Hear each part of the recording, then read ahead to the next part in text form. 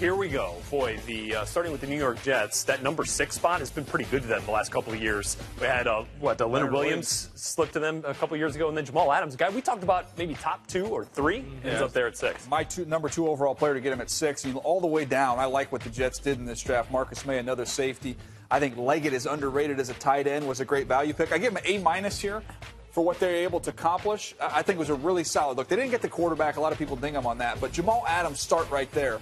You've got a culture-changing, tone-setting player, a leader as good as we've seen in this year's draft, maybe as far going back the last handful of years. And then Darius Stewart, to me, a little bit under the radar because of all those players at Alabama. You look at somebody that is very, very tough and physical. He has an edge at the wide receiver position. He'll get on the field right away. Yeah, not a huge surprise that with a couple of safeties taken early, that Calvin Pryor reportedly on the trading block for the Jets. Bucky, let's move on to the Buffalo Bills here, who could have had Marshawn Lattimore at number 10, end up trading back, getting a bunch of value, and a pretty solid player in Tre'davious White. You know, pretty solid class overall. Sean McDermott was in charge of kind of running this draft and putting it together, and he really has put together a blue-collar haul.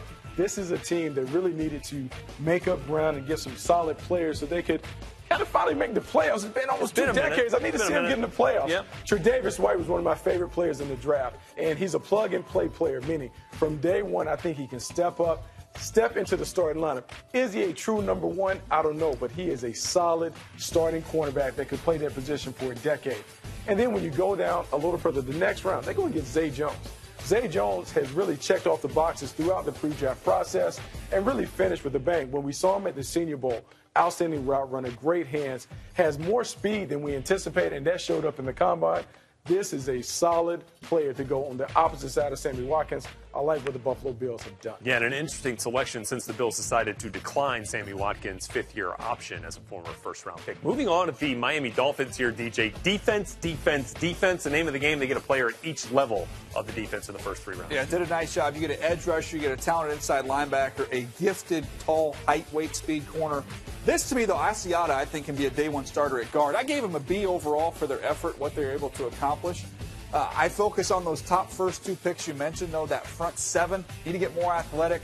Charles Harris, to me, you talk about one of the more polished pass rushers in the entire draft. He's outstanding with his hands. You see the nifty inside spin move right there. And then Raekwon McMillan, who shocked me with how well he ran at the combine. I did not see all that athleticism on tape. I thought tackle to tackle, he was a thumper. Might be a little more athletic than we gave him credit for. And Bucky here for the New England Patriots. Obviously, we didn't see them until night 2, traded away their 1st and 2nd round picks. Their first one came at number 83, but they got an intriguing pass rusher there. They got an intriguing pass rush, but when you take in the Patriots draft, you have to understand what they were able to give up and get back. They gave up a 1st and a 2nd round pick, but you bring back Brandon Cooks. You also get Coney Ealy, who played at a high level in the Super Bowl and has played at that level at times during his career. So I think they get an A-.